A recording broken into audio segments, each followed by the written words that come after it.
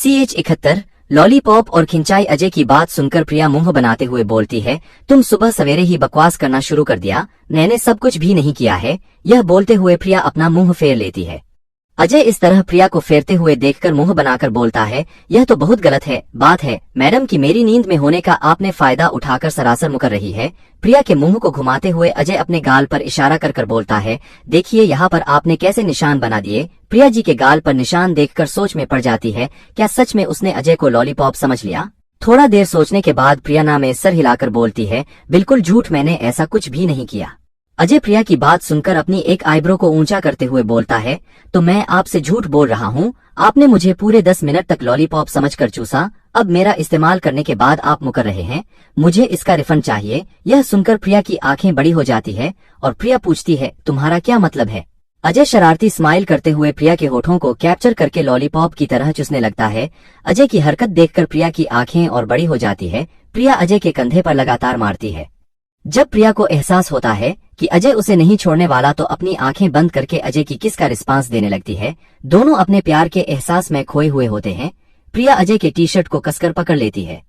हे भगवान, सुबह सुबह यह मैंने क्या देख लिया, मेरा तो धर्म ही भ्रष्ट हो गया। आजकल के नौजवान को शर्म ही नहीं है, कहीं भी शुरू हो जाते हैं। आजकल के नौजवान ने तो शर्म ही बेच खाई है। यह सुनते ही अजय और प्रिया दरवाजे की तरफ देखते हैं तो टीना दोनों हाथ कमर पर रखे खड़ी होती है। टीना की बात सुनकर प्रिया उसे घूर कर देखती है। अजय टीना को देखकर बेशर्म वाली हंसी हंसते हुए बोलता है, कोई बात नहीं साली साहिबा, जब आपके पति आपको किस करेंगे तब हम उसके मुंह पर सेलोटेप लगा देंगे जिससे यह सब आपके पति आपके साथ ना करें। टीना अजय की बात सुनकर शर्मा जाती है और बोलती है, तुम तो दिन ब दिन बेशर्म हो जा रहे हो, कोई अपनी साली साहिबा से ऐसी बात करता है, मैं तो टेंशन होना चाहिए कि मेरा कोई बॉयफ्रेंड है कि नहीं। अजय आराम से प्रिया के कमर में हाथ डालकर उसे अपने नजदीक लाती है। वह बोलता है, मुझे यकीन है लड़कों का टेस्ट अभी इतना भी खराब नहीं हुआ होगा जो आपको वह अपनी गर्लफ्रेंड बनाएंगे। अजय की बात सुनकर टीना गुस्से में अजय को देखकर बोलती है, ओ हेलो मिस्टर, पूरे स्कूल लड़के पीछे पड़े, वह तो मैं यह सोचकर उनको भाव नहीं देती हूँ। कभी मुझे बहुत सारा पढ़ना है और अपना बिजनेस खोलना है, वो भी शर्मा इन स्ट्रीट से बड़ी। टीना प्राउडली बोलती, अगर मैं कह दूं तो सारे लड़के मेरे पैरों में लाइन से गिरे पड़े होंगे। टीना की बात सुनकर प्रिया अपनी छोटी बहन को देखकर मुस्कुराती है। टीना की बात सुनकर अजय धीरे आवाज में बोलता है, जिसे अंगूर नहीं मिलते उसके लिए अंगूर खट्टे हैं। अजय की बात सुनकर टीना गुस्से में बोलती है, शुक्र मनाओ दादाजी ने दया खाकर प्रिया से शादी करवा दी, वरना तुम्हारे जैसे लक्षण दिखते हैं, वैसे तो तुमसे शादी ना करता, बढ़े आई है मेरे अंगूरों को खट्टा कहने वाले। टीना और अजय की बहस को सुनकर प्रिया का मूड बहुत ही ज्यादा अच्छा हो जाता है। तभी सविता जी कमरे में आती है और दोनों की साथ बहस करता देखकर बोलती है, तुम दोनों सुबह सवेरे ही शुरू हो गए, तुम दोनों को क्या लगता है हम लोग के घर में हैं? जहाँ देखो वहाँ तुम दोनों अपनी अलग ही बहस शुरू कर देते हो। टीना अपनी माँ को देखकर बोलती है, मुझे कुछ मत बोलो, मैंने कुछ नहीं बोला। यह अजय को लगता है कि मुझे कोई गर्लफ्रेंड नहीं बनाएगी। टीना माँ की तरफ देखकर पूछती है, आप मुझे देखकर बताओ, क्या मैं खूबसूरत नहीं हूँ, क्या मैं इंटेलिजेंट नहीं हूँ? अजय टीना की बात काट कर बोलता है, तुम्हें खुद पर यकीन है कि तुम खूबसूरत हो कि नहीं, तो सासू माँ क्या बताएंगे? अजय की बात सुनकर टीना बिल्कुल चुप हो जाती है। प्रिया अजय को चुप कराने के लिए उसके हाथ को दबाती है, पर अजय प्रिया की बात नहीं सुनकर आगे बोलता है, सासू माँ आपकी बेटी को बहुत बड़ा बिजनेस स्टार्ट करना है, जिसे खुद पर कॉन्फिडेंस नहीं, वह बिजनेस क्या स्टार्ट करेगा? अजय का ताना सुनकर टीना गुस्से में बोलती है, मैं तुम्हारी बीवी से ज्यादा खूबसूरत हूँ और उससे लंबी भी, मेरे पास ज्यादा दिमाग है। तुम्हारी बीवी मुझसे 1 इंच छोटी है। यूं कहो कि तुम्हें अंगूर खट्टा मिला है, इसके लिए दुनिया के सारे अंगूर खट्टे, या बोलकर टीना पैर पटक कर वापस से कमरे में चली जाती है। टीना की बात सुनकर प्रिया अजय को घूरने लगती है। सविता जी अजय को बोलती है, तुम कभी चुप नहीं बैठ सकते, टीना को गुस्सा दिलाना जरूरी था। अजय प्यारा समूह बनाकर बोलता है, सासू माँ मैं तो साली साहिबा से मजाक कर रहा था, मुझे क्या पता था कि साली साहब इतना जल्दी बुरा मान जाएगी। सविता जी अजय देखकर बोलती है, तुम अपनी बचकानी हरकत बंद कर दो, अब खुद बाप बनने वाले हैं, या बोलकर सविता जी भी चली जाती है। अजय अपना सर घुमाकर प्रिया की तरफ देखता है तो आता है कि प्रिया उसे घूर रही होती है। अजय प्रिया को देखकर पूछता है, आप मुझे ऐसे क्यों देख रहे हो? मैं तो सिर्फ साली साहिबा से मजाक ही कर रहा था। प्रिया आंख छोटी करके बोलती है, तुम्हें मैं कैसी लगती हूँ? अजय जवाब देता है, बिल्कुल प्रिंसेस जैसी। प्रिया बोलती है, सच में? अजय खुद के सर पर हाथ रखकर बोलता है, कसम से 100% सर, आप बिल्कुल प्रिंसेस लगती है। प्रिया अजय की बात को इम्पोर्टेंट नहीं देते हुए बोलती है, मुंह बनाकर बोलती है, मुझे वॉशरूम जाना है। अजय बेड पर से उतरता है और सहारे के लिए हाथ देता है, पर प्रिया बेड पर से नहीं उतरती है। अजय पूछता है, क्या हुआ? प्रिया प्यारा सा मुंह बनाकर दोनों हाथों को फैलाकर बोलती है, मैं थक गई। प्रिया की बात सुनकर अजय स्माइल करते हुए प्रिया को गोद में उठाकर बाथरूम लेकर जाता है और फ्रेश होने में हेल्प करता है। जो दोनों बाथरूम से निकलते हैं तो देखते ही सामने नर्स नाश्ता लिए खड़ी है। नाश्ता पर नजर जाते ही प्रिया का मुंह बन जाता है।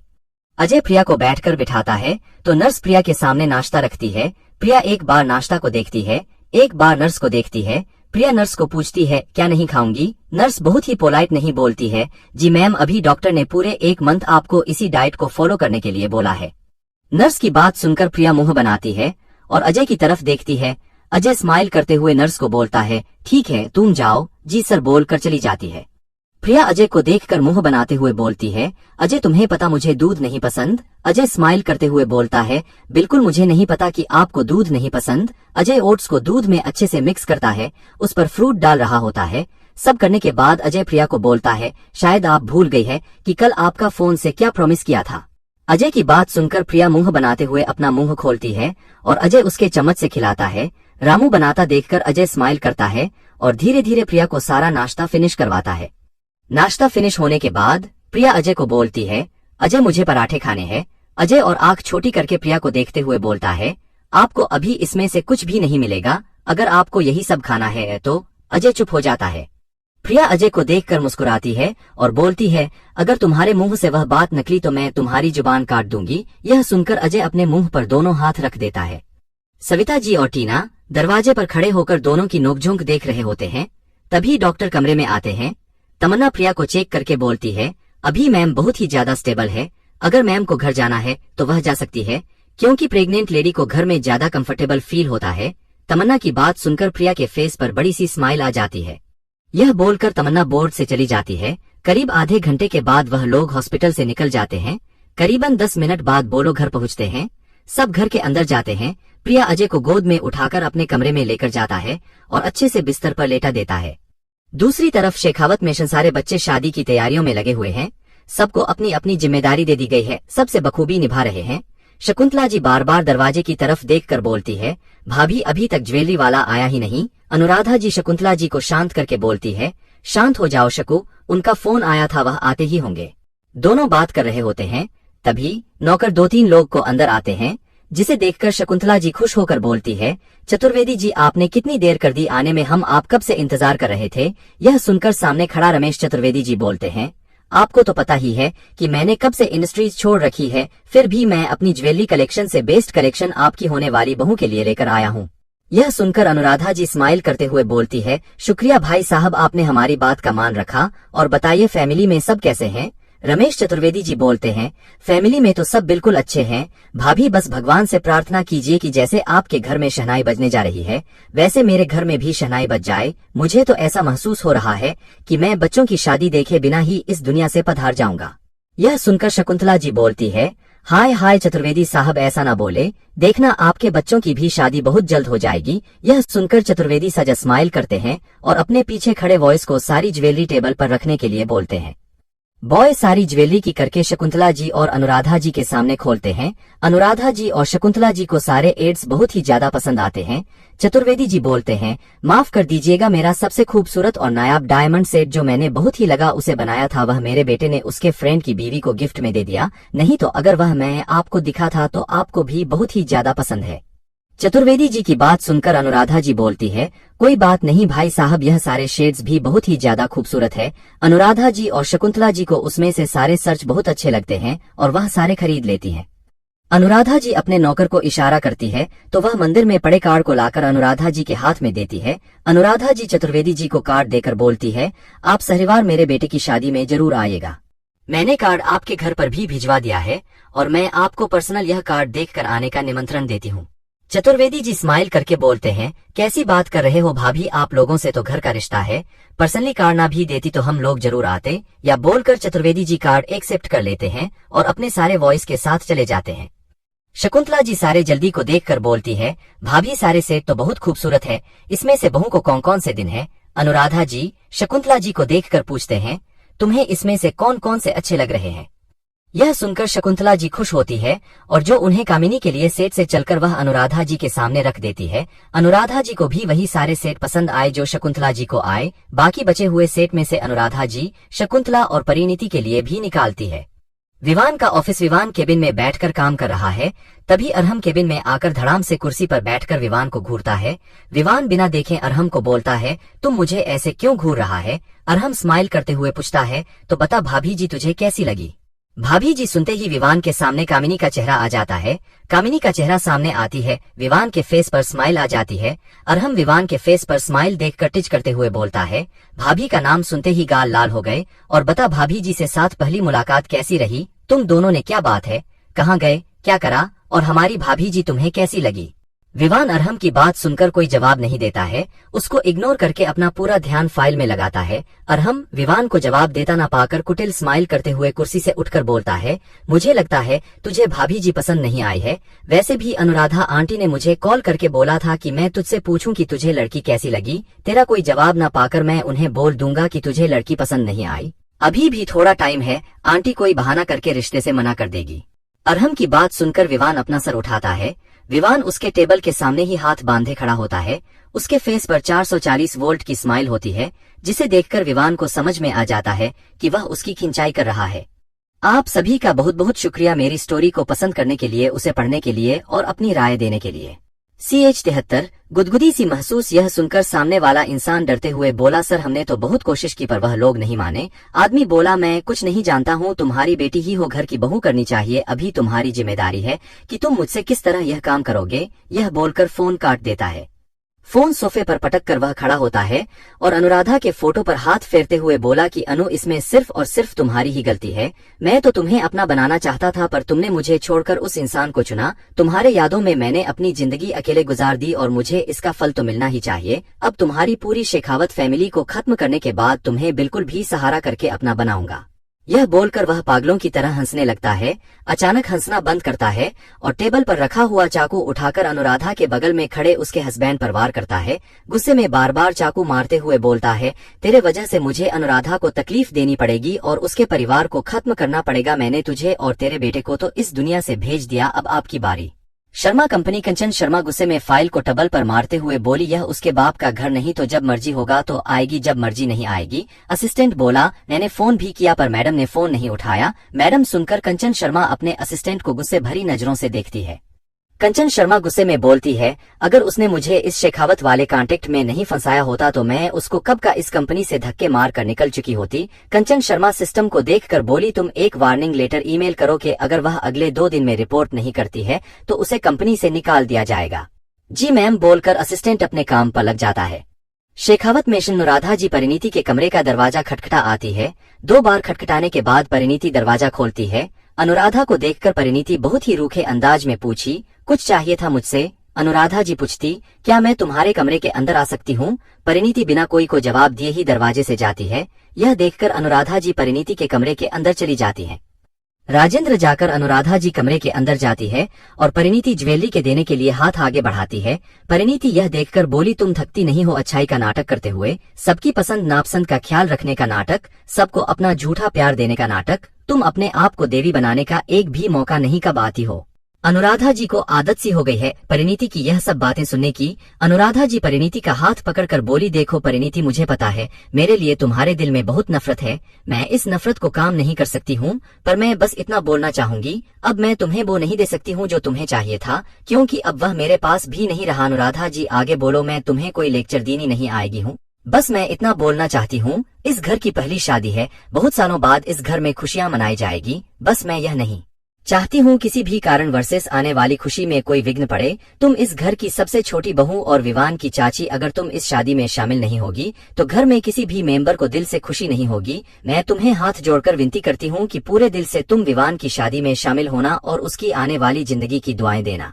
यह सुनकर परिणीति हंसने लगती है। तुम्हें क्या लगता है कि मैं दुनिया की सबसे बुरी औरत हूँ? बुरी तो तुम अनुराधा, पर तुम्हारी अच्छाई का नकाब जो तुमने पहन रखा है, दूसरे लोग को तुम्हारी अच्छाई दिखाते होंगे, पर मुझे पता है कि तुम अंदर से कितनी बुरी हो। तुम लोग अगर मुझे अपना मानती है, तुम इस तरह मेरी भतीजी को छोड़कर किसी और की बेटी अपने घर की बहू नहीं बनाते। यह सुनकर अनुराधा जी बहुत ही शांत भाव में बोली, परिणीति, अगर माया ने थोड़ा सा भी हमें अपनी अच्छाई दिखाती, अगर मुझे उसमें थोड़ी सी भी अच्छे संस्कार दिखते हैं और मुझे लगता कि वह लड़की मेरे विवान के लिए सही है, मैं अच्छी है, बेस्ट नहीं बोल रही हूँ, मैं सही बोल रही हूँ, तुम्हें विवान की शादी माया से करवा देती। पर हम दोनों अच्छे से जानते हैं कि माया शेखावत फैमिली की बहू बनने के लिए बिल्कुल भी परफेक्ट नहीं थी, यहाँ तक कि ठीक भी नहीं थी। मैं नहीं जानती हूँ कि तुम माया को इस घर की बहू क्यों बनाना चाहती हो। तुम जितना अपनी भतीजी के बारे में सोचती हो, अगर उससे थोड़ा भी अपने बच्चों के बारे में सोचो कि तूने ज्यादा अच्छा लगेगा। यह बोलकर अनुराधा जी जाने लगती है, तभी रुक कर बोली, देखो मुझे पता है तुम्हारे साथ नाइंसाफी हुई थी, तुम्हारे साथ हुई नाइंसाफी का जिम्मेदार मुझे समझती हो, तो तुम्हारी नफरत सिर्फ मुझ तक ही सीमित रखो, उसे अपने बच्चे या पति पर मत निकालो। अब हम उस नाइंसाफी को सुधार नहीं सकते हैं, और जो हो चुका उसे तुम याद रखकर उन रिश्तों को तकलीफ दे रही हो जो तुम्हें बहुत इज्जत देते हैं और तुम्हारी ममता के लिए तड़पते हैं। मैं यह नहीं बोलूंगी कि तू किससे जिंदगी जियो, बस मैं इतना बोलूंगी कि ऐसा ना हो तुम्हें उनकी मोहब्बत को समझने में इतनी देर हो जाए कि जब तुम उन्हें मोहब्बत देना चाहो तब उन्हें तुम्हारी मोहब्बत की जरूरत ही ना रहे। यह बोलकर अनुराधा जी कमरे से चली जाती है। परिणीति अपनी जगह पर मूर्ति बनकर खड़ी रहती है। अनुराधा की कही गई आखिरी बात परिणीति के कानों में गूंजने लगती है। मनंतजय खुशी खुशी किचन में प्रिया के लिए पोहा बना रहा होता है। कभी सविता जी किचन में आकर पूछे कि तुम कब से अपने काम पर वापस जा रही हूँ। यह सुनते ही अजय के हाथ रुक जाते हैं। अनुराग अजय सविता जी की तरफ देखता है। सविता जी बोली कि मुझे पता है तुम्हें प्रिया का टेंशन है, पर अब वह घर आ गई है और मैं और टीना तो हर वक्त घर में ही रहेंगे, फिर तुम भी शाम को आ ही जाओगे मैं काम पर से, तो ज्यादा दिन छुट्टी रखना सही नहीं होगा। अजय सविता जी की बात सुनकर स्माइल करते हुए बोला कि डोंट वरी सासू माँ, मैं कल से और फिर से काम पर चला जाऊंगा। टेंशन भरा चेहरा देखकर अजय पूछता कि सासू माँ आपको परेशान कर रही है। अजय को देखकर जवाब देती है कि मुझे टेंशन हो रही है, प्रिया 2 दिनों से ऑफिस नहीं गई है, कहीं प्रिया की दादी गुस्सा ना हो जाए। यह सुनकर अजय हंसने लगता है, जवाब देता है, मुझे लगा आपको कोई बहुत बड़ी टेंशन खाए जा रही है। आप बिल्कुल चिंता मत कीजिए, मैंने दादी सासू को मैडम की कंडीशन ईमेल कर दी है और छुट्टी के लिए भी अप्लाई कर दिया है।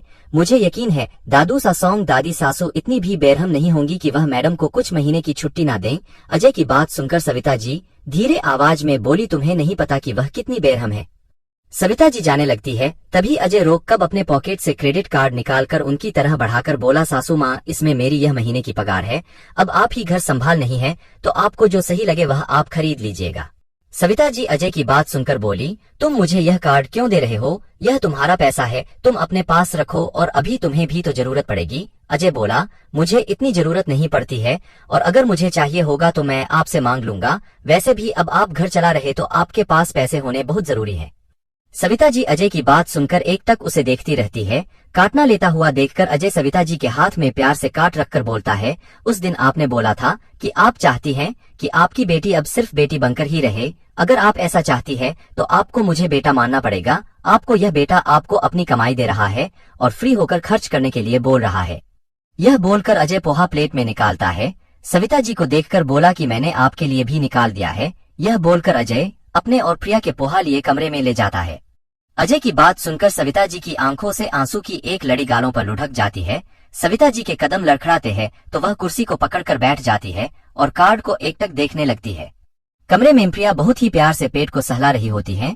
जब जब वह पेट को सहलाती है तब तब उसके दिल में गुदगुदी सी होती है।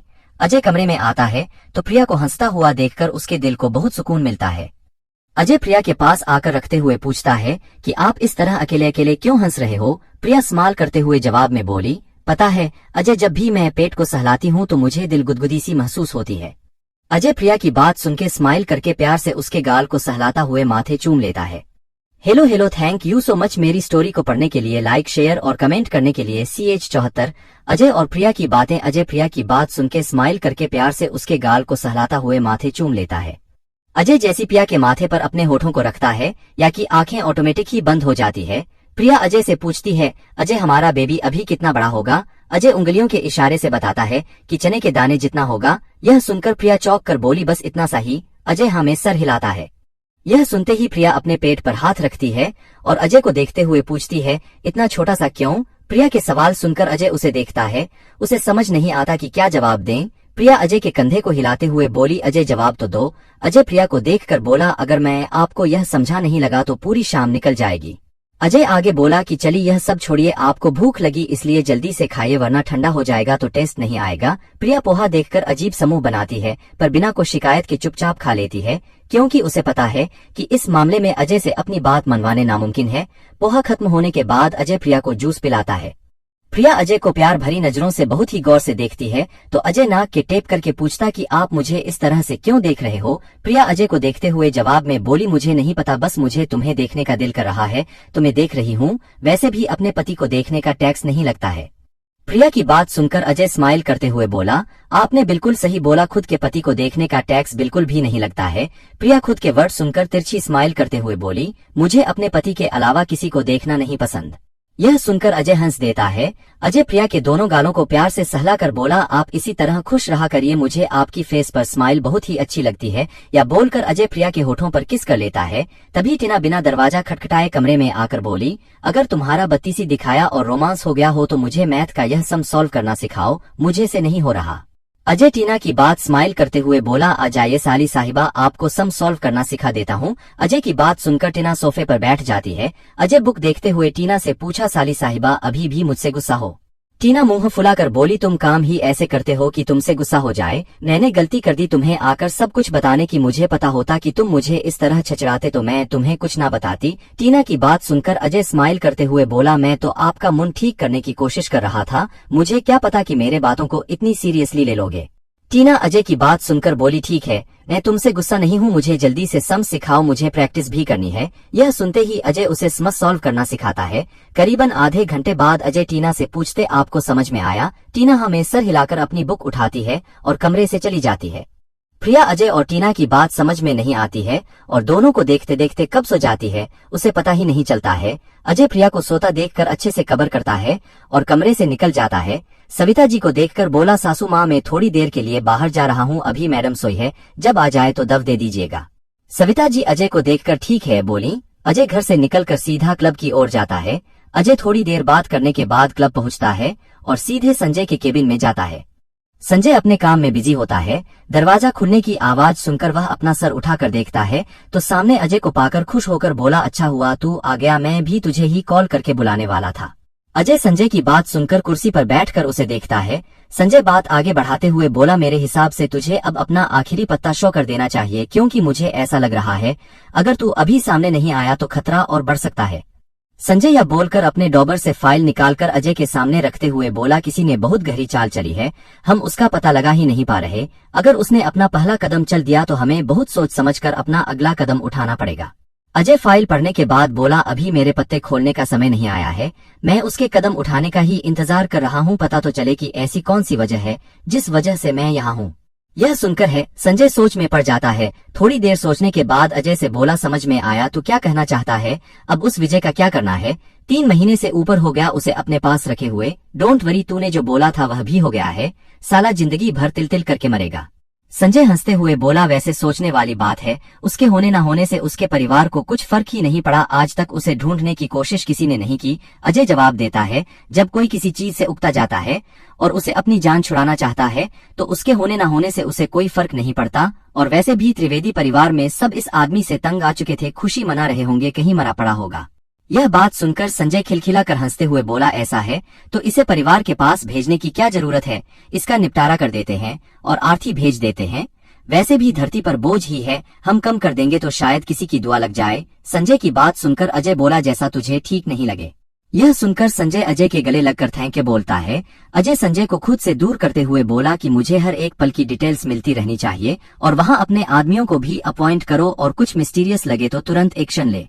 अजय की बात सुनकर संजय मुंह फुला थी, वह बोला, तू तो मुझे आदेश दे रहे जैसे कि मेरे पास और काम ही नहीं है, इतना बड़ा कंजूस है कि बाप बनने की खुशी में मुझे पार्टी तक नहीं थी, कंजूस इंसान। संजय की बात सुनकर अजय बोला, डोंट वरी, मैंने तेरी डॉक्टर साइको को यहाँ बुला लिया है और मेरे हिसाब से कल सुबह उसकी फ्लाइट लैंड हो जाएगी, तो तू टाइम पर उसे लेने चले जाना।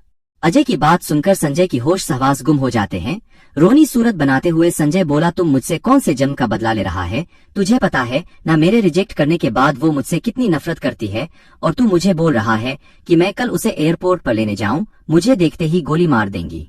अजय कुर्सी से उठता है, अपनी पेन ठीक करते हुए बोला, मैंने तो नहीं रिजेक्ट करने के लिए बोला था, और वैसे भी तेरा और उसका रिश्ता तो तुम्हारे बचपन में ही तय हो गया था, तेरे माने या ना माने से बदल तो नहीं जाएगा, और वैसे भी चतुर्वेदी सर तुझे उसके अलावा किसे शादी करने नहीं देंगे। संजय गुस्से में बोला, उससे शादी करने से अच्छा मैं जहर खाकर मर जाऊं।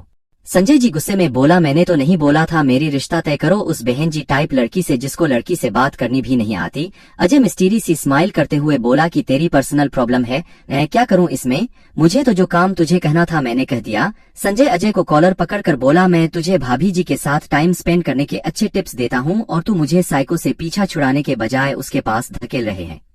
संजय की बात सुनकर अजय बोला, अगर तू कल सुबह टाइम पर एयरपोर्ट नहीं पहुंचा तो मैं तेरी ब्लैक लैम्बोर्गिनी राणा को दे दूंगा। यह सुनते ही संजय गुस्से में दांत पीसते हुए बोला, तुझसे अच्छा मैं 2-3 दुश्मन पल्लू, किसी दिन मौका मिले मैं तुझे जान से मार दूंगा। अजय सूट का कॉलर ठीक करते हुए बोला, इसलिए तो एक को मैंने लंदन से वापस बुला लिया, बाकी 2 बच्चे हैं, तू खुद ढूंढ लेना। यह बोलकर अजय 1 मिनट केबिन में नहीं रुकता है। संजय अजय को जाता देखकर बच्चों की तरह पर पटकने लगता है और गुस्सा होते हुए टेबल पर पड़ी फाइल अजय की तरफ से एकने लगता है। उसमें से एक भी फाइल अजय को नहीं लगती है।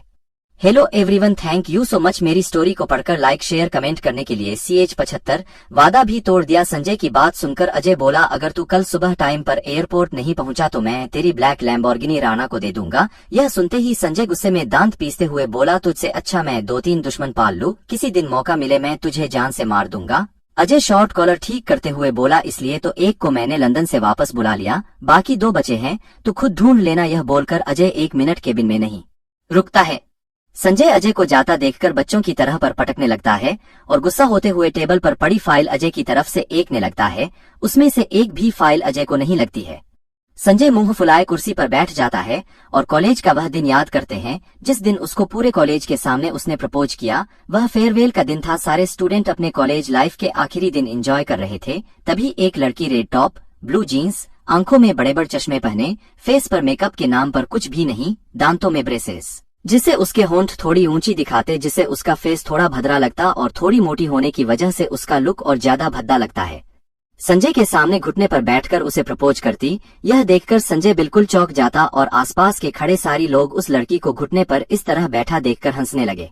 हंसी की आवाज संजय के कानों में गूंजने लगी तो संजय तुरंत अपनी आंख खोल लेकर ऑफिस से निकल जाता है। रात का वक्त, शेखावत फैमिली सारे लोग मैं हॉल में बैठकर शादी की डिस्कशन कर रहे होते हैं। बच्चे के करके रिपोर्ट दे रहे हैं कि उन लोगों ने कौन सा काम फिनिश कर दिया। यह सुनकर शकुंतला जी सबको शाबाशी देते हुए बोली, वेरी गुड, पहली बार तुम लोगों ने काम फिनिश करा है। यह सुनकर वहां पर खड़े चारों बॉयज और गर्ल्स शर्मिंदा हो जाते हैं।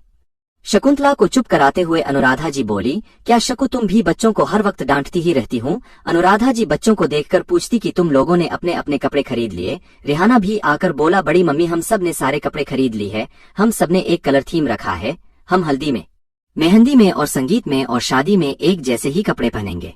रेहाना के बोला, हमने आप सब के लिए भी वही कलर के कपड़े चूज करे हैं, हम चाहते हैं आप सभी हमारे साथ वो कपड़े पहने। रेहान की बात सुनकर शकुंतला जी बोली, तुम्हारे चुने हुए कपड़े में हम जोकर नहीं लगेंगे तो हमें तुम्हारे कलर थीम से कोई प्रॉब्लम नहीं है। रेहाना के जवाब देने वाला ही होता है, तभी दरवाजे से आवाज आती है, डोंट वरी खूबसूरत सासू माँ, आपने बिल्कुल भी जोकर नहीं लगोगे। सब घूम कर दरवाजे की तरफ देखते हैं। सो विवान और अरहम आ रहे होते हो। दोनों अंदर आते हैं। अरहम सब बड़ों के पैर छूता है और सामने वाले सोफे पर बैठ जाता है। अरहम बोला, आप लोग टेंशन मत लीजिए, सबके लिए ब्यूटिशियन को अपॉइंट कर दिया गया है, सारे फंक्शन में होगी, आपको रेडी करेंगे, आपके हर एक लुक को वो और ज्यादा इनहेंस कर देंगे। अरहम की सुनकर शकुंतला जी बोलिए, तो तूने बहुत अच्छा किया, अब बचा भी विवान, उसकी जिम्मेदारी भी मैं तुम्हें ही सौंप रही हूँ। ऐसा ना हो कि फंक्शन में भी अपने फॉर्मल ही पहन कर आ जाए। इसको सलून ले जाओ और उसको और ज्यादा हैंडसम बनवा देना। बहू के साथ साथ वहाँ पर खड़ी सारी लड़कियों की नजर सिर्फ और सिर्फ दूरी पर ही होनी चाहिए। शकुंतला जी बाबा खड़े सारे बॉयज को देखकर बोली, तुम में से कोई भी अगर विवान से ज्यादा है हैंडसम लगा, तुम लोगों की 2 महीने की पॉकेट मनी गायब कर दूंगी। अमित, शकुंतला का छोटा बेटा, बोला, माँ भाई को ही इस तरह रहना पसंद है, वरना थोड़े से तैयार क्या हो जाए लड़कियां इनके फिदा हो जाती है। अभी तानिया, शकुंतला जी की बेटी, अमित का साथ देते हुए बोली, आपको क्या पता वह मेरे कॉलेज की सारी लड़कियां भाई पर फिदा है। शकुंतला दिया सब सुनने के बाद बोली, ज्यादा मक्खन लगाने की जरूरत नहीं है, मैंने जो बोला वैसा ही होना चाहिए। यह सुनकर वहां पर खड़े सातों के मुंह बन जाते हैं। इस मुंह बनाता हुआ देखकर अरहम बस देता है। अनुराधा जी विवान को देखकर बोली, कल से तुम ऑफिस नहीं जाओगे जब तक शादी की सारी रस्में पूरी नहीं होती। यह सुनकर विवान जवाब दिया कि माँ मैं सारा काम पूरा करके आया हूँ, कल से ऑफिस नहीं जाऊंगा। विवानी यह बोलकर चुप होता है। इतने में ही नौकर आकर बोला, सर आपके ऑफिस से 2 लोग आए हैं। विवान उन्हें अंदर लाने के लिए बोला। नौकरों 2 आदमी को अंदर लेकर आते हैं तो विवान का असिस्टेंट होता है और उसका असिस्टेंट की 5-6 फाइल लेकर उसके पीछे आ रहा होता है। असिस्टेंट विवान को देखकर सर झुकाकर बोला, सर फाइल में साइन करवाने हैं। विवान असिस्टेंट को देखकर बोला, मैं सारी फाइल पर साइन करके आए हूँ। असिस्टेंट विवान को देखकर बोला, सर आपने फाइल में सिग्नेचर गलत किया है। यह सुनकर असिस्टेंट फाइल आगे बढ़ाकर विवान को देता है। विवान फाइल खोल कर देखता है तो उसमें सिग्नेचर तो होता है पर नाम कामिनी का होता है, जिसे देखकर विवान तुरंत ही फाइल बंद करके असिस्टेंट की देखकर बोला, ठीक है तो फाइल यहाँ रख दो, मैं सिग्नेचर करके कल सुबह ऑफिस भिजवा दूंगा। विवान की बात सुनकर असिस्टेंट वहां पर फाइल रख देता है। अरहम असिस्टेंट को देखकर फाइल के लिए हाथ आगे बढ़ाता है तो विवान तुरंत ही असिस्टेंट को जाने का इशारा करता है। इशारा समझकर असिस्टेंट तुरंत ही जाने लगता है। तभी उसे अरहम रोकता है और उसके पास जाकर उसके हाथ से फाइल ले लेता है। फाइल खोल कर देखता है तो उसके फेस पर स्माइल आ जाती है। विवान को देखकर मिस्टीरियस स्माइल करते हुए सबको देखकर बोला, आप लोग को पता है विवान ने फर्स्ट टाइम फाइल में गलत सिग्नेचर किया। अरहम को देखकर शकुंतला जी बोलिए, तो हमने सुन लिया और विवान ने क्या गलती थी। शकुंतला जी की बात सुनकर विवान सबको देखकर बोला, माँ मैं कमरे में जा रहा हूँ, मैं थक गया हूँ। विवान जाने ही वाला होता है तभी अरहम आकर उसे रोकते हुए बोला, इतनी जल्दी भी क्या है भाई, अभी तो पूरी रात बाकी आराम करने के लिए। अरहम की बात सुनकर विवान उसे घूर कर देखता है और उसे आंखों से चेतावनी देता है कि अगर उसने कुछ बोला तो उसके लिए अच्छा नहीं है। विवान की इशारों को अनसुना करके अरहम सबको देखकर बोला, हमारी दूल्हे राजा अपनी होने वाले पत्नी को एक शाम मिस करने लगे हैं कि उन्होंने पता ही नहीं चला कि वह अपना नाम लिख रहे हैं या अपनी होने वाली पत्नी का। यह सुनकर विवान की कान शर्म से लाल होने लगते हैं। वह जल्दी से सबको देखे बिना ही अपने कमरे की तरफ चला जाता है। अरहम विवान को जाता देखकर शरारती लहजे में बोला, जाकर फोन पर बात कर लेना, ऐसा ना हो कि रात को सपने में भी वही आए। अरहम की बात सुनकर सब हंसने लगते हैं। अरहम असिस्टेंट को फाइल देता है और जाने का इशारा करता है। जी सर बोलकर असिस्टेंट चला जाता है। विवान को इतना शर्माती हुए छाता देखकर वहां पर बैठे सभी लोग खिलखिलाकर हंसने लगते हैं। बेटे का यह रूप देखकर अनुराधा जी के दिल में सुकून की लहर दौड़ जाती है। अब इसका बेटा अकेला नहीं रहेगा, उसके लाइफ में ऐसी लड़की आएगी बहुत ही ज्यादा और उसे अपने प्यार से उसके दुख और तकलीफ को कम कर देंगी। विवान का कमरे में आकर विमान अपने बालों को सहलाते हुए खुद से ही बोला कि मैं ऐसी गलती कैसे कर सकता हूँ। तभी उसको अपने भाई की बात याद आने लगती है। देख लेना विवान, जब तुम प्यार होगा तो वह तुम्हारे हर जगह दिखाई देगी, हर वक्त तुम्हारे दिल और दिमाग में उसी का ख्याल होगा। तुम हर वह गलतियां करने जाओगे जो तुमने कभी की ना हो। जब तुम्हें प्यार होगा तो मुझे बताना, बैंड बाजे के साथ मैं अपने भाभी को घर लेकर आऊंगा। विहान की बातें याद करके विवान के आंखों से आंसू गिर जाते हैं। आशु पूछते हुए विहान की फोटो पर हाथ फेरते हुए बोला कि तूने बोला था जब मुझे कोई लड़की पसंद आएगी तो तू उसे लेने बैंड बाजे के साथ जाएगा। देख मैं उसे लाने जा रहा हूँ पर मेरे साथ तो नहीं है। तुझे मेरी बिल्कुल भी परवाह नहीं थी इसलिए तुम मुझे छोड़कर चला गया। तू नहीं बोला था ना कि तू शेखावत इंडस्ट्री को बहुत ऊंचाई तक ले जाएगा और मुझे अपने पसंद का काम करने देना। तूने अपने वादा भी तोड़ दिया तो बिल्कुल भी अच्छा भाई नहीं है। अपनी बातों को अधूरा छोड़कर हमें तड़पने के लिए छूट गया। या बोलकर विहान के फेस प्यार से हाथ फिरता है। उसकी आंखें आंसुओं को रुकने की वजह से लाल हो जाती है। दूसरी तरफ मन्नत प्रिया पूरे दिन पलंग पर लेटे लेटे थक गई इसलिए वह कमरे में टहल रही थी। इतने में ही अजय कमरे में आता है और उसे टहलते हुए देखकर जल्दी से उसके पास आकर बोला, आप यह क्या कर रही है। प्रिया मुंह बनाकर जवाब में बोली, भरतनाट्यम कर रही हूँ। Hello everyone, thank you so much मेरी स्टोरी को पढ़कर लाइक शेयर और कमेंट करने के लिए। CH 76 शादी की तैयारियां। दूसरी तरफ मन्नत प्रिया पूरे दिन पलंग पर लेटे लेटे थक गई इसलिए वह कमरे में टहल रही थी। इतने में ही अजय कमरे में आता है और उसे टहलते हुए देखकर जल्दी से उसके पास आकर बोला, आप यह क्या कर रही है। प्रिया मुंह बनाकर जवाब में बोली, भरतनाट्यम कर रही हूँ। प्रिया का मुंह बना देखकर अजय समझ जाता है कि वह बिस्तर पर लेटे लेटे बोर हो गई है। अजय प्रिया को गोद में लेकर प्यार से बोला, जब आप डिलीवरी हो जाएगी तो हम दोनों मिलकर भरतनाट्यम करेंगे, फिलहाल आपको आराम करना है।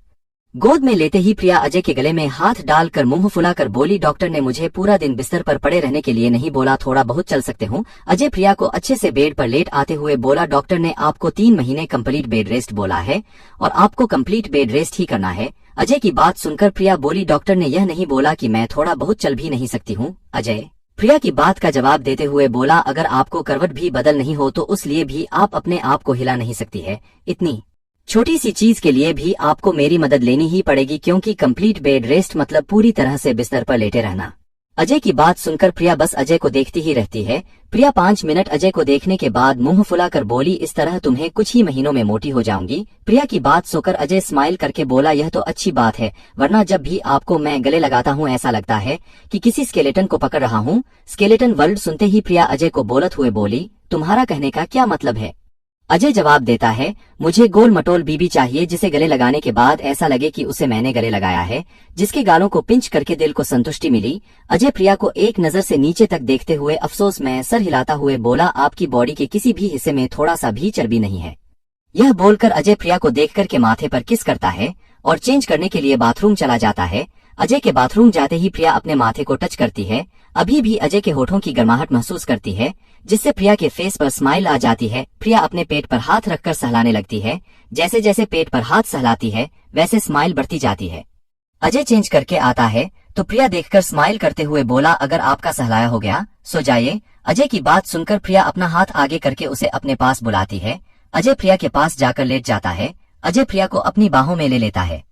प्रिया अजय के हाथों को अपने पेट पर रखकर सुकून से अजय की बाहों में लेटी रहती है। अजय जैसे ही पेट पर हाथ रखता है उसको वही फीलिंग महसूस होती है जो फर्स्ट टाइम उसने हॉस्पिटल में महसूस की थी। वह उसे डिस्क्राइब नहीं कर पाता है। इस फीलिंग को क्या नाम दें। सुकून से लेटी प्रिया को अजय के बाहों में कब नींद आ जाती है उसे पता ही नहीं चलता है। अजय प्रिया के बालों में हाथ के चलाते हुए अपने ख्यालों में खोया हुआ होता है। कितने घंटे ख्यालों में गुम होने के बाद अजय जब अपने ख्यालों से बाहर आता है तो प्रिया को देखकर उसके माथे को चूमकर आंखें बंद कर लेता है। अगली सुबह मनतजय की नींद अपने वक्त पर ही खुलती है। अजय को रिया को सोता देखकर अजय की फेस पर स्माइल आ जाती है। प्रिया हमेशा अजय को टेढ़ी समझकर जकड़कर सोती है। अजय हल्के से प्रिया को खुद से अलग करता है तो प्रिया कसमसाते हुए अजय को और कस के पकड़ते रहे बोलती है, मुझे नींद आ रही है, थोड़ी देर और सोने दो। प्रिया की बात सुनकर अजय उठने की कोशिश से बंद कर देता है। थोड़ी देर में प्रिया को गहरी नींद आती है तो अजय धीरे से प्रिया का हाथ अपने कमर से हटाकर पीलो को उसके हाथ के नीचे रख देता है और वह तैयार होने के लिए चला जाता है। अजय वॉशरूम से निकलकर अपनी मॉर्निंग रूटीन को स्टार्ट करते हुए सबसे पहले पूजा करता है। पूजा करने के बाद सबके लिए नाश्ता बनाता है। नाश्ता टेबल पर अच्छे से रखने के बाद वह फ्रेश होकर ऑफिस के लिए रेडी होने के लिए चला जाता है।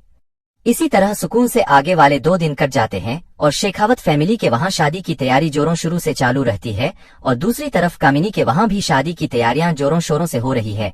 2 दिन बाद शेखावत फैमिली सुबह सवेरे पूरे शेखावत फैमिली में हड़कंप मची हुई है और सुबह 9 बजे हवन का मुहूर्त है, इसलिए सब अपनी अपनी तैयारियों में लगे हुए हैं क्योंकि आज से शादी की सारी रस्में शुरू होने वाली है। अनुराधा जी और शकुंतला जी सारे नौकरों को जल्दी काम करने के लिए बोलते हैं। अनुराधा जी शकुंतला को देखकर पूछती है कि पूजा की सारी सामग्री आ गई। शकुंतला जी जवाब देती है, जी पूजा की सारी सामग्री आ गई है, बस पंडित जी को आना बाकी है। अनुराधा जी खाली हॉल को देखकर बोली, जाओ जल्दी से बच्चों को तैयार होकर नीचे आने के लिए बोलो और खुद भी तैयार हो जाओ। अनुराधा जी की बात सुनकर शकुंतला जी तुरंत ही बच्चों को देखने चल जाती है। सारे लोग तैयार होकर 8 बजे तक नीचे हॉल में आ जाते हैं। बीच हॉल में पूजा की सारी तैयारी की गई है। घर के सारे मेंबर और सारे नौकर हॉल में आकर एक एक करके अपनी जगह ले लेते हैं। करीबन 8:30 बजे महापंडित जी आते हैं। उसके बाद मुहूर्त पर पूजा स्टार्ट करते हैं। पूजा खत्म होने के बाद महापंडित जी विवान के हाथ में रक्षा कवच की पोटली और लाल धागा बांधते हैं। पूजा खत्म होने के बाद महापंडित जी अपनी दक्षिणा लेकर चले जाते हैं। यह पूजा होने के बाद आप से लेकर शादी तक दूल्हे को घर से बाहर नहीं जाने की हिदायत मिलती है, जिसे विवान चुपचाप एक्सेप्ट कर लेता है। सारे लोग फिर से अपने कामों में लग जाते हैं। कल से सारी रस्में स्टार्ट होनी है, उससे पहले सारे इंतजाम होना जरूरी है, इसलिए घर के सारे लड़के और लड़कियां अपने आलसपन पर छोड़कर जमकर तैयारी करने लगते हैं। दूसरी तरफ कामिनी के घर में भी सेम प्रोसेस फॉलो होता है। पूजा होने के बाद कामिनी को भी रक्षा कवच की पोटली और लाल धागा बांधा जाता है, जिसे बांधने के बाद उसे भी घर से न निकलने की हिदायत मिलती है। यह सुनकर कामिनी बगल में बैठी प्रिया को देखती है। प्रिया जो उसके बगल में बैठकर मुस्कुरा रही होती है। कामिनी प्रिया के कंधे पर चुट्टी काटते हुए बोली, तुझे बहुत खुशी मिल रही है मेरे घर में कैद होने से। प्रिया कामिनी को गले लगाकर बोली, मुझे इस बात की खुशी नहीं हो रही कि तुझे घर में कैद कर दिया जाएगा, पर इस बात की खुशी हो रही है कि अब तेजी तेरे हाथों में भी मेहंदी लगेगी और कैसे तेरी जिंदगी के नए चैप्टर का ओपनिंग सेरेमनी होगी। यह सुनकर कामिनी मुंह बनाती है। सावित्री जी कामिनी और प्रिया को कमरे में जाने के लिए बोलती है। अजय प्रिया को पूजा से पहले कामिनी के घर ड्रॉप कर देता है। काम नहीं अच्छे से प्रिया को पकड़कर अपने कमरे में ले जाती है और बेड पर बिठाकर उसके बगल में बैठते हुए बोली, पता नहीं प्रिया पर मेरे पेट में बटरफ्लाई उड़ रही है। एक बहुत अजीब सी फीलिंग महसूस हो रही है, पता ही नहीं चल रहा है कि फीलिंग किस तरह की है। कामिनी प्रिया को देखकर पूछती है, जब तेरी अजय के साथ शादी होने वाली थी तब तुझे भी कुछ ऐसा महसूस हुआ था? कामिनी की बात सुनकर प्रिया पी की स्माइल देते हुए बोली, तुझे पता है मेरे और अजय की शादी किन हालात में हुई? उस वक्त मुझे कुछ महसूस नहीं हुआ। कामिनी प्रिया की बात सुनकर देखकर बोली, सॉरी मुझे यह सवाल नहीं पूछना चाहिए था।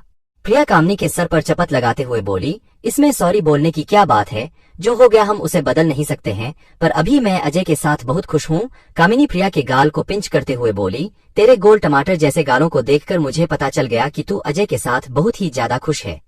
कामिनी अफसोस में आहें भरते हुए बोली, अब तो मुझे अजय को छेड़ना बंद करना पड़ेगा, उसकी तारीफ के पुल बांधना बंद करना पड़ेगा, उसके फेस को ताड़ना बंद करना पड़ेगा। कामिनी की बातें सुनकर प्रिया उसके सर पर एक और शपथ लगाते हुए बोली, जी बिल्कुल, यह सब बंद करना ही पड़ेगा, वरना ऐसा ना हो कि तुम्हारे होने वाले पति को यह गलतफहमी हो जाए कि उसकी होने वाली पत्नी किसी और को पसंद करती है।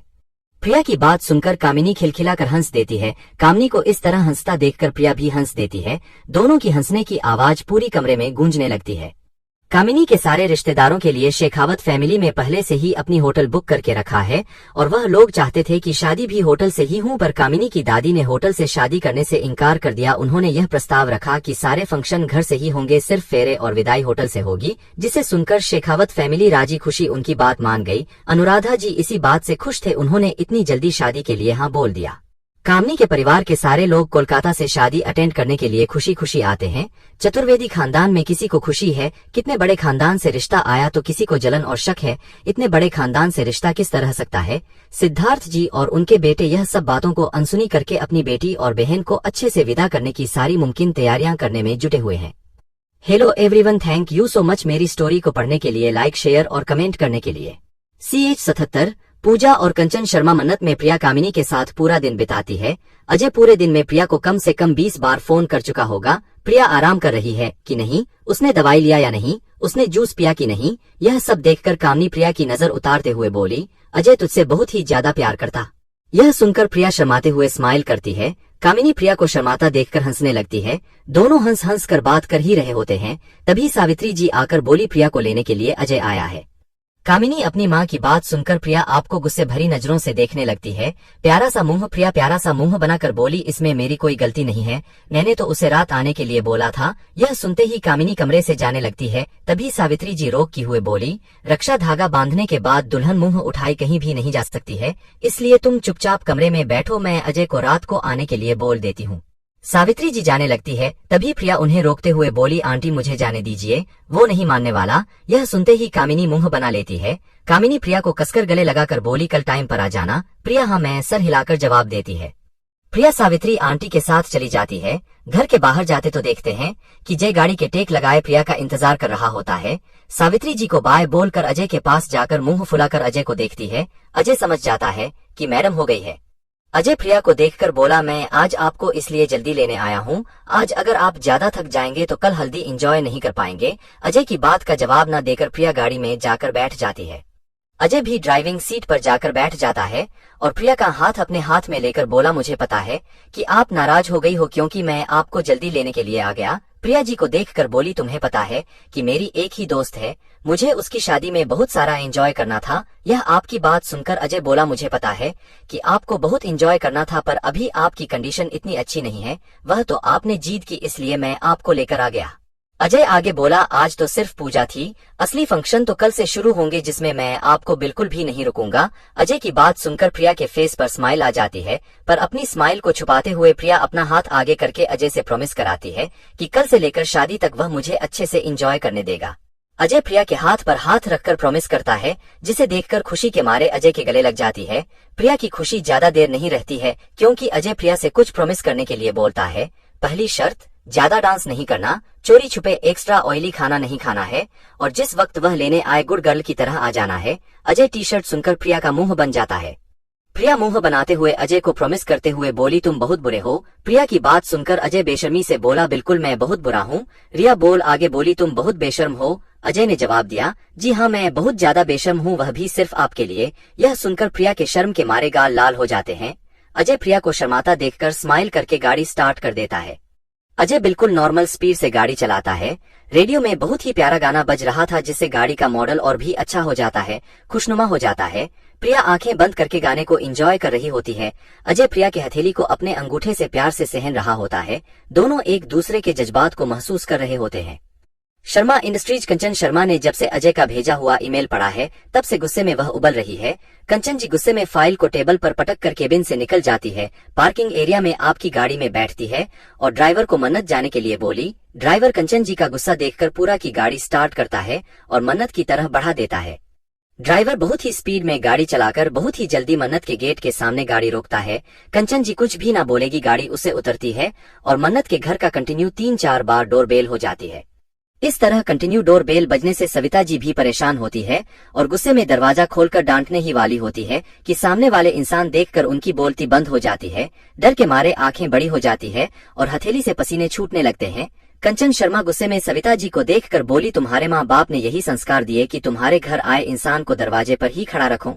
यह सुनते ही सविता जी तुरंत ही उन्हें घर के अंदर बुलाती है। मन्नत के बाहर अजय स्वीकार रुक कर कार से निकलकर प्रिया के तरफ का दरवाजा खुलता है तो प्रिया अपने दोनों हाथों को फैला देती है, जिसे देखकर अजय प्रिया को तुरंत ही अपने गोद में उठाकर घर के तरफ जाने लगता है। तभी बॉडीगार्ड ध्रुव को इशारे से बुलाता है और चाबी उसे देखकर गाड़ी पार्क करने के लिए बोलता है। प्रिया बॉडीगार्ड को देखकर अजय से पूछती है, क्या यह पूरा दिन यही रहता? अजय स्माइल करके हाँ में जवाब देता है। प्रिया अजय के गले में हाथ डालकर छाती पर सर रखकर बोली, हमें बॉलीवुड की क्या जरूरत है? अजय जवाब में बोला, जरूरत तो कुछ नहीं है, पर कुछ चीजें जरूरत के बगैर भी की जाती है। अजय की बात सुनकर प्रिया स्माइल करके सुकून से अजय को स्मेल करती है। कंचन जी घर के अंदर जाकर पूरे घर को घूर घूर कर देखती है। घर को देखने के बाद कंचन शर्मा सविता जी को देखकर बोली, तुम अपनी बड़ी बेटी को बुलाओ। सविता जी डरते हुए बोली, हो तो अभी बाहर गई है। कंचन शर्मा सविता जी को ताना मारते हुए बोली, ऑफिस आने में उसके पेट का बच्चा गिरने लगता है और बाहर मटरगश्ती करने में कुछ नहीं हो रहा है।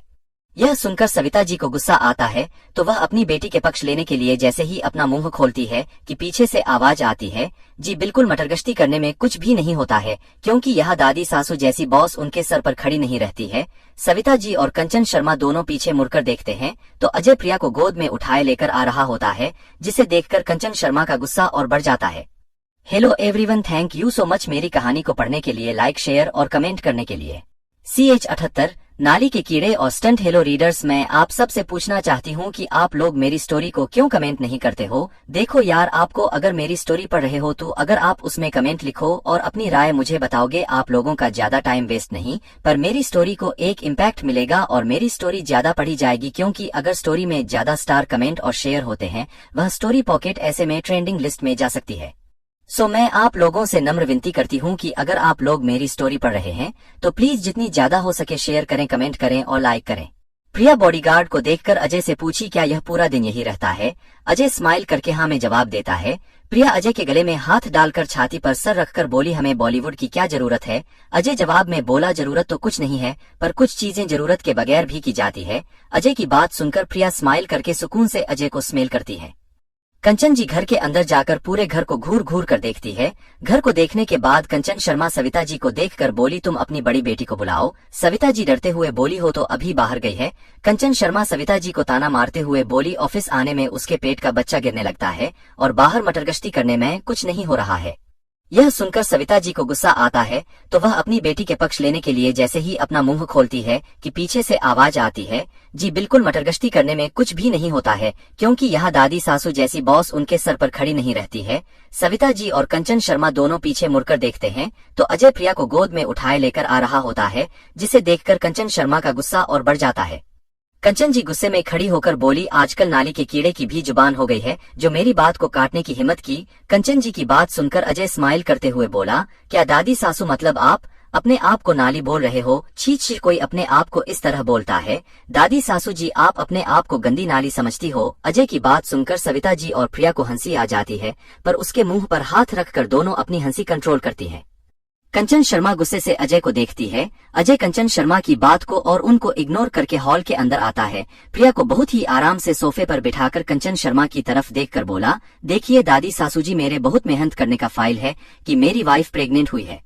यह सुनकर प्रिया और सविता जी दोनों अजय को खा जाने वाली नजरों से देखती है और सासू माँ को इग्नोर करके आगे बोला, आप चाहती हैं कि वह पूरा दिन ऑफिस में बैठकर अपनी तबीयत खराब करें और मेरे बच्चे के ग्रोथ होने में प्रॉब्लम हो, और वैसे भी शर्मा इंडस्ट्रीज अपने एम्प्लॉय को उसकी जिंदगी की इतनी बड़ी खुशी को एंजॉय करने के लिए छुट्टी तो दे ही सकती है।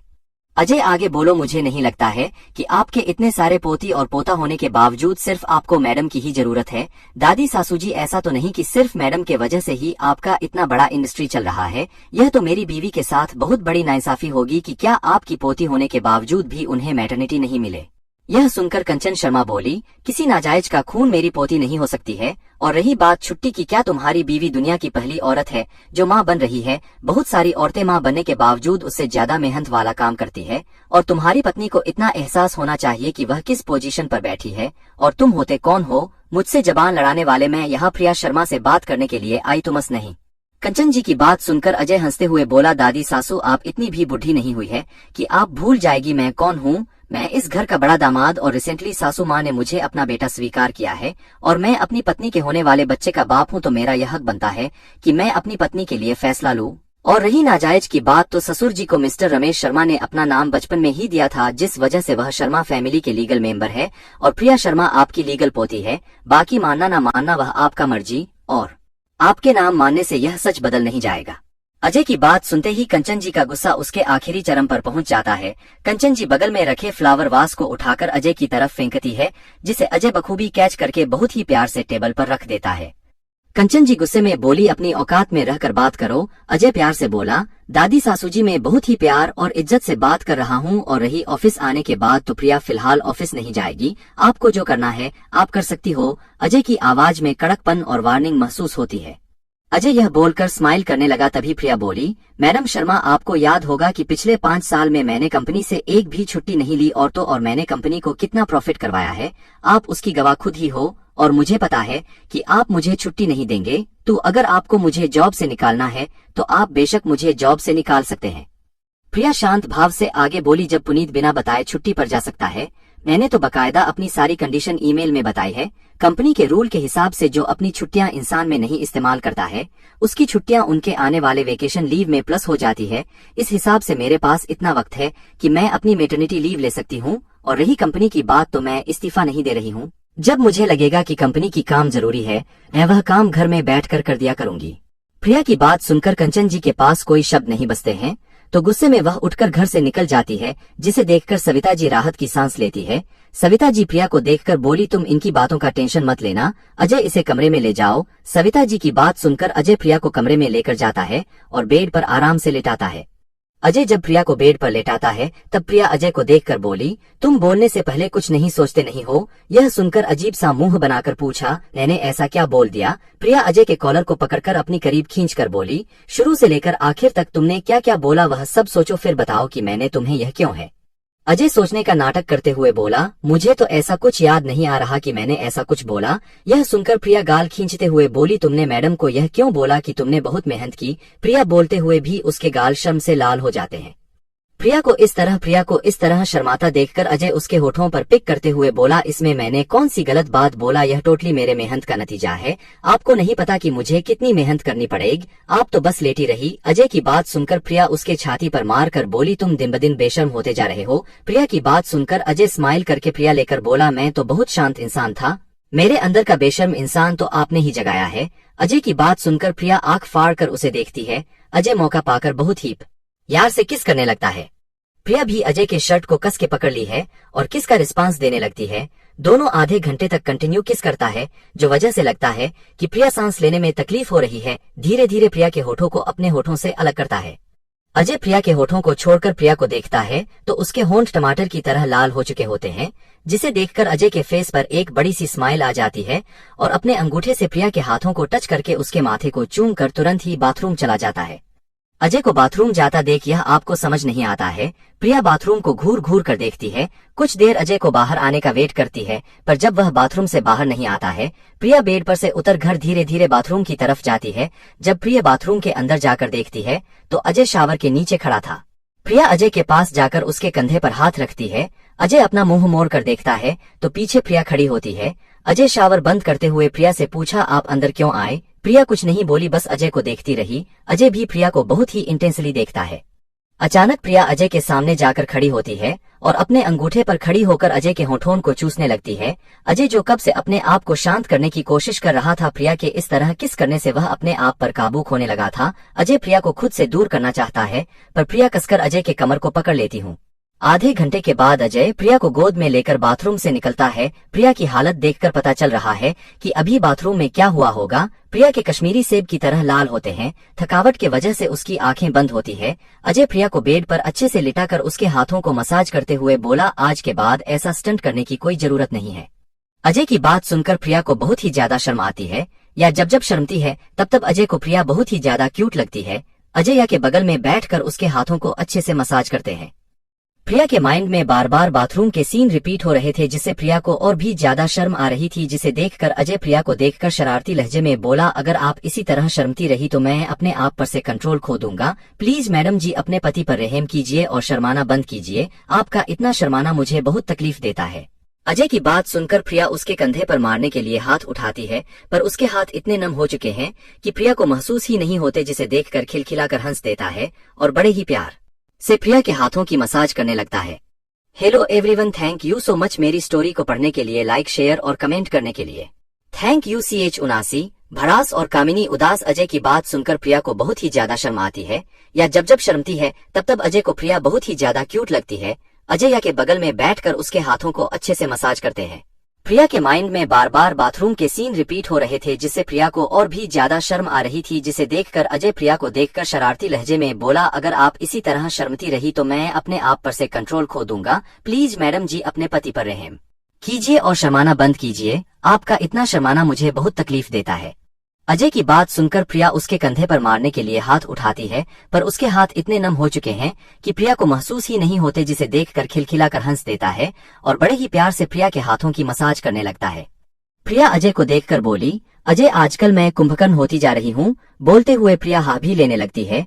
प्रिया को देखकर अजय बोला, कोई बात होगी, आप आराम से अपनी नींद एंजॉय करें, बाकी संभालने के लिए मैं हूँ। हामी भरते हुए प्रिया सो जाती है। इस तरह से प्रिया को सोता देखकर अजय के फेस पर स्माइल आ जाती है।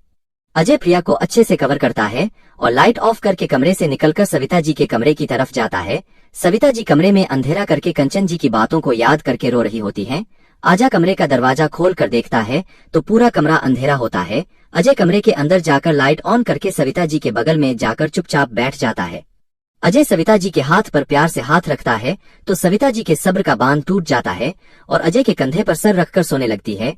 रोते हुए सविता जी बोली, इसमें करण का क्या दोष, गलती तो इन बड़ों की है, तो हमेशा बात सिर्फ करण पर ही क्यों आती है? इसमें करण जी का क्या दोष है? उसकी माँ जन्म देते ही उसे अकेला इस दुनिया में छोड़ गई। ससुर जी ने अपना बाप होने का कर्तव्य निभाया, पर करण जी के माथे से नाजायज होने का दाग मिटाने नहीं सके। इसमें सरासर गलती तो ससुर जी, सविता जी के ससुर की थी। उन्होंने अपनी बेटे का प्यार न समझकर सिर्फ खानदान, पैसा और अपना रुतबा देखा। इंसान में मेरे पति का क्या दोष? क्यों सासू माँ हमेशा करण जी को ही हर एक चीज का गुनहगार मानती है? अगर वह शांत मन से एक बार ससुर जी की बात सुन लेती तो हमसे इतनी नफरत नहीं करती। अजय चुपचाप सविता जी की बात सुन रहा होता है। सविता जी आगे बोली, जब तक सासू माँ को इस बात की खबर नहीं थी तब तक वह करण जी को हमेशा अपने बेटे की तरह ही मानती है ना, पर जब उन्हें सच्चाई का पता चला तब से वह हम सब से इतनी नफरत करती है। अगर मौका मिले तो हम में से किसी एक को भी इस दुनिया में ना देखना पसंद करे। सविता जी अपने दिल की सारी भड़ास निकाल कर चुपचाप अजय के कंधे पर अपना सर रख कर बैठी रहती हैं। अजय ज्यादा कुछ नहीं बोलकर बस इतना बोला, सब कुछ ठीक हो जाएगा। सविता जी अजय की बात का कोई जवाब नहीं देती है। थोड़ी देर तक अजय सेम पोजीशन में बैठा रहता है। अजय अपना फेस घुमाकर देखता है तो सविता जी सो चुकी हैं। अजय सविता जी को सही से लेटाकर उन्हें कवर करके लाइट ऑफ करता है और कमरे से निकल जाता है। अजय सविता जी के कमरे से निकलकर सीधा छत पर जाता है और सिगरेट निकालकर स्मोक करने लगता है। स्मोक करते हुए अजय के फेस पर कोई भी भाव नहीं होता है। अजय की आंखें गुस्से से लाल होती है।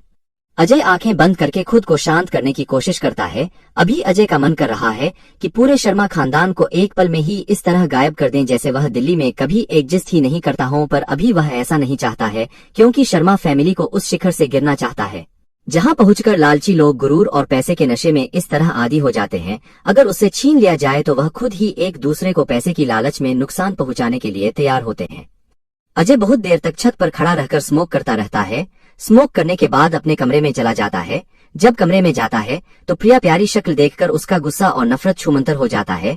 अजय बाथरूम जाकर शावर लेकर निकलता है और प्रिया की बगल में जाकर लेट जाता है। अजय प्यार से प्रिया को निहारता है। धीरे धीरे अजय को भी नींद आ जाती है। अगली सुबह कामिनी का घर पूरा घर मेहमानों से भरा हुआ है। कामिनी अपने कमरे में चुपचाप घुटनों पर सर रखकर दीवार पर लगी फैमिली फोटो देख रही होती है। कल पूजा के बाद से ही कामिनी थोड़ी उदास सी है। सावित्री जी जब नाश्ता लेकर कमरे में आती है तो कामिनी को इस तरह चुपचाप देखकर उसके बगल में बैठकर सर पर हाथ सहलाती है। हाथ का स्पर्श पाकर कामिनी अपने बगल में माँ को देखकर कामिनी फीकी हंसी हंसकर उसके गले लग जाती है। कल अपनी माँ को गले लगते ही वह रुहासी हो जाती है, उसकी आंखों में आंसू आ जाते हैं। सावित्री जी के आंखों में भी आंसू आ जाते हैं। माँ बेटी एक दूसरे को गले लगे बहुत देर तक बैठे रहते हैं। सावित्री जी कामिनी को खुद अलग करते हुए बोली, जल्दी से नाश्ता कर ले, फिर रेडी भी होना है। अगर तुझे इस तरह गले लगाए बैठी रही तो पूरा दिन मेरा यूं ही पूरा हो जाएगा। माँ की बात सुनकर कामिनी हंस देती है और सावित्री जी को देखते हुए नाश्ता करने लगती है। नाश्ता करने के बाद सावित्री जी प्लेट लेकर कमरे से बाहर चली जाती हैं और कामिनी फोन निकालकर प्रिया को कॉल लगाती है कि वह अभी तक क्यों नहीं आई। CHC हल्दी की रस्म कल के लिए मैं थोड़ा शर्मिंदा हूँ क्योंकि कल फेस्टिवल था जिसमें पूरा दिन हमें बहुत सारा काम करना पड़ता है और उसके बाद पूरी रात जागकर पढ़ना भी था, जिस वजह से मैं चैप्टर बिल्कुल भी नहीं लिख पाई थी, इसलिए मैंने परसों का रिपीट चैप्टर ही अपडेट किया था। माँ की बात सुनकर कामिनी हंस देती है और सावित्री जी को देखते हुए नाश्ता करने लगती है। नाश्ता करने के बाद सावित्री जी प्लेट लेकर कमरे से बाहर चली जाती हैं और कामिनी फोन निकालकर प्रिया को कॉल लगाती है कि वह अभी तक क्यों नहीं आई। दूसरी तरफ मनतजय प्रिया को रेडी कर रहा है। प्रिया अजय को देखकर बोली, मैं इतना कर सकती हूँ। प्रिया की बात सुनकर सा देखकर अजय बोला, पर मुझे आपको तैयार करना बहुत पसंद है। प्रिया ने आज येलो कलर का चिकनकारी वर्क लहंगा पहना है जो बहुत ही लाइट है और देखने में बहुत ही ज्यादा खूबसूरत और एलिगेंट लग रहा है। प्रिया ने कानों में मीडियम साइज के येलो झुमके पहने हैं, माथे पर बिंदी, गले में मंगलसूत्र, हाथों में येलो कलर की वेलवेट की चूड़ी पहनी है। प्रिया अजय का अक्स आईने में देखते हुए बोली, अजय तुम मेरी आदत खराब कर रहे हो, कुछ दिन में मैं तुम पर ही डिपेंड हो जाऊंगी। अजय प्रिया की बात सुनकर बोला, मैं ज्यादा कुछ नहीं, बस अपनी वाइफ को पैम्पर कर रहा हूँ। अगर आपको मेरी आदत लग रही है तो मैं इस चीज से बहुत ही ज्यादा खुश हूँ क्योंकि मैं आपका पीछा अगले 7 जन्मों तक नहीं छोड़ने वाला। अजय की बात सुनकर प्रिया शर्माते हुए स्माइल करने लगती है। मिरर में दोनों एक दूसरे को देख रहे होते हैं, तभी पीछे से आवाज आती है, अगर दोनों की रोमांटिक बातें खत्म हो गई हो तो कामिनी दीदी के घर भी जाना है क्योंकि उनका आपके फोन पर 4 बार फोन आ चुका है। अजय पीछे घूम कर देखता है तो टीना मोबाइल लिए खड़ी होती है। टीना को देखकर अजय मुंह बनाते हुए मन में बोला, कबाब में हड्डी। टीना को देखकर प्रिया बोली, बस 5 मिनट में हम दोनों का आ ही रहे हैं। टीना बोली, जल्दी चलिए, माँ रेडी होकर वेट कर रही है। यह बोलकर टीना कमरे से चली जाती है। अजय प्रिया के बाल सेट करके मांग में सिंदूर भरता है और प्रिया के गोद में उठाकर कमरे से निकल जाते हैं या चुपचाप अजय की गले में हाथ डालकर चुपचाप अजय की शक्ल देखकर स्माइल करती है। थोड़ी देर ड्राइव करने के बाद कामिनी के घर पहुंचते हैं। जब प्रिया की फैमिली घर के अंदर जाती है तो पूरा घर मेहमानों से भरा हुआ होता है। सिद्धार्थ जी और उनके लड़कों ने पूरे घर को बहुत ही खूबसूरती से सजाया है। सावित्री जी सबका स्वागत करती है। प्रिया टीना को कामिनी के कमरे में ले जाती है। सविता जी सबके साथ बैठकर बातें करने लगती हैं। मेन हॉल में कामिनी की कजिन गाने पर डांस के माहौल को और भी खुशनुमा बना रहे होते हैं। सारे कजन्स वहां पर बैठी हर एक लेडी को पकड़ पकड़ कर डांस करवाते हैं। रिया और टीना जब कमरे में जाते हैं तो देखते हैं कि कामिनी कमरे में रेडी हो रही है। कामिनी ने येलो कलर का जरदोसी वर्क का लहंगा पहना है, फ्लावर से बनी हुई ज्वेलरी पहनी है। उसने बिल्कुल भी मेकअप नहीं किया है। दुल्हन होने का ग्लो उसके फेस पर साफ दिख रहा है। प्रिया कामिनी को देखकर थोड़ा भावुक हो जाती है और उसके गले लग जाती है। टीना प्रिया और कामिनी की फोटो लेती है। कामिनी का फेस देखकर प्रिया समझ जाते हैं कि उसकी दोस्त उदास है। प्रिया उसे गले लगाकर अच्छा फील कराने की कोशिश करती है, पर प्रिया के गले लगते ही कामिनी फूट फूट कर रोने लगती है।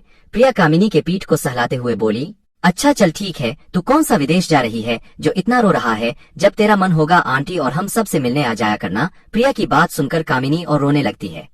कामिनी को जरा रोता देखकर प्रिया को समझ में ही नहीं आता है कि वह अपनी दोस्त को किस तरह चुप कराएं।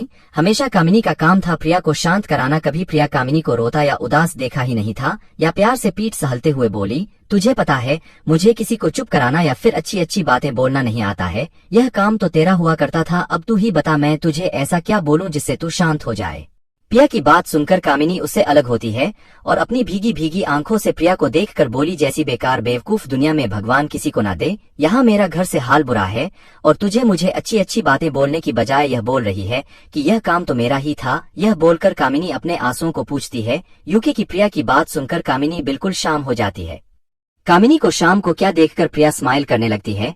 टीना दोनों को देखकर बस चुपचाप बैठी रहती है। दूसरी तरफ शेखावत विला शिकवा गिला बहुत ही खूबसूरत तरीके से सजा हुआ है। विला के पीछे गार्डन में सारा सेटअप खराब होता है। सभी लोग अपने अपने कामों में व्यस्त होते हैं। अरहम रियान बाकी सबको डांस करने की फुर्सत नहीं होती है। शकुंतला जी भी सबके साथ गाने पर डांस कर रही होती है। तभी हम राजा जी आकर बोली, अगर तुम लोगों का हो गया होगा तो जल्दी से बुला कर लाओ। विवान तो हल्दी लगने के बाद कामिनी के घर दी जाएगी। यह सुनते ही शकुंतला जी तुरंत ही डांस का भूत उतर जाता है और रियान और बाकी भाइयों को विमान को लाने के लिए बोलते हैं। वह सब खुशी खुशी विमान के कमरे की तरफ बढ़ते हैं। परिणीति अपने कमरे की बालकनी से सबको इस तरह एंजॉय करता देखकर गुस्सा हो रही होती है। इसलिए नहीं कि वह शादी से खुश नहीं थी, इसलिए कि परिणीति को ऐसा लगा कि जो फंक्शन शुरू होगा तो सब उसको बुलाने के लिए आएंगे कि सामने हाथ जोड़ेंगे, उसे मनाएंगे, पर ऐसा कुछ भी नहीं है। सुबह से सारी तैयारी, पूजा, यहाँ तक कि ब्राह्मण का बोझ भी बिना उसके हुआ। किसी को कोई भी फर्क नहीं पड़ा कि परिणीति इन सब में शामिल नहीं हुए। परिणीति की आंखों में अचानक आंसू आ जाते हैं। तभी परिणीति को शकुंतला जी की कही बात याद आती है। देखो, मुझे पता है तुम्हारे साथ नाइंसाफी हुई थी, तुम्हारे साथ हुई नाइंसाफी का जिम्मेदार मुझे समझती हो, तो तुम्हारी नफरत सिर्फ मुझ तक ही सीमित रखो, उसे अपने बच्चे या पति पर मत निकालो। अब हम उस नाइंसाफी को सुधार नहीं सकते हैं, और जो हो चुका उसे तुम याद रखकर उन रिश्तों को तकलीफ दे रही हो जो तुम्हें बहुत इज्जत देते हैं और तुम्हारी ममता के लिए तड़पते हैं। मैं यह नहीं बोलूंगी कि तू किससे जिंदगी जियो, बस में इतना बोलूंगी कि ऐसा ना हो तुम्हें उनकी मोहब्बत को समझने में इतनी देर हो जाए कि जब तुम उन्हें मोहब्बत देना चाहो तब उन्हें तुम्हारी मोहब्बत की जरूरत ही ना रहे। यह याद करते ही परिणीति आंख से आंसू पूछकर कमरे में जाकर कबाड़ से फंक्शन में पहनने वाली साड़ी निकालकर बहुत ही खूबसूरत तरीके से रेडी होकर नीचे चली जाती है। विवान सबके बीच में सिंपल येलो कुर्ता और व्हाइट पजामा मैंने बैठा होता है। उसे बहुत अजीब लगता होता है, इतने सारे लोग उसे ढूंढ कर देख रहे हैं। तो अभी शकुंतला जी अनुराधा जी को बुलाकर विवान को सबसे पहले हल्दी लगाने के लिए बोलती है। शकुंतला जी की बात सुनकर वहां पर खड़े सारे मेहमान उसे अजीब नजरों से देखते हैं। अनुराधा जी सबके चेहरे के हाव भाव देखकर शकुंतला जी को बोली, विवान की बड़ी चाची क्यों हो, तुम्हारा सबसे पहले हक बनता है उसे हल्दी लगाने का। शकुंतला जी जिद करते हुए बोली, जीजी आप विवन की मां ने, सबसे पहली आपका हक बनता है। शकुंतला जी आगे बोली, जीजी जल्दी करिए वरना आपकी होने वाली बहू को वेट करना पड़ेगा। अनुराधा जी सांखला को देखकर कुछ नहीं बोलती है तो शकुंतला जी अनुराधा जी का हाथ खींचकर जबरदस्ती सबसे पहले विवानी की मेहंदी की रस्म की शुरुआत करती है। दीवान की झूठी हल्दी तुंगरत ही अनुराधा जी रागिनी, पायल और पिंकू के हाथ कामिनी के घर भिजवा देती है।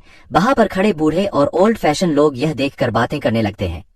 यह सब का असर नहीं शकुंतला जी पर होता है और न ही उनके परिवार के किसी मेंबर पर। धीरे धीरे सब विवान को हल्दी लगाते हैं। लास्ट में अरहम विवान को पूरी तरह से हल्दी में नहला देता है। अरहम का हल्दी लगाया होता है तो आने वाली नई सोच को देखकर पूरी फैमिली चौंक जाती है, क्योंकि उन्हें उम्मीद नहीं था कि वह भी इसमें शामिल होंगे। परिणीति विवान के सामने आकर बच्ची सारी हल्दी उससे लगा देती है। यह देखकर वह शेखावत फैमिली के हर एक मेंबर के फेस पर स्माइल आ जाती है। Hello everyone, thank you so much मेरी स्टोरी को पढ़ने के लिए, लाइक, शेयर और कमेंट करने के लिए।